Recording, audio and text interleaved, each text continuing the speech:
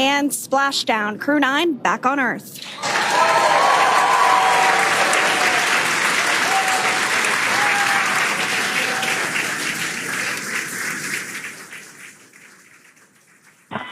And SpaceX Freedom, splashdown. Good main release. Copy splashdown. We see main chutes cut. Nick, Alex, Butch, Sunny, on behalf of SpaceX, welcome home. Oh, it looks like we're getting our next crew member here. That is none other than Sunny Williams. Big smile, big waves.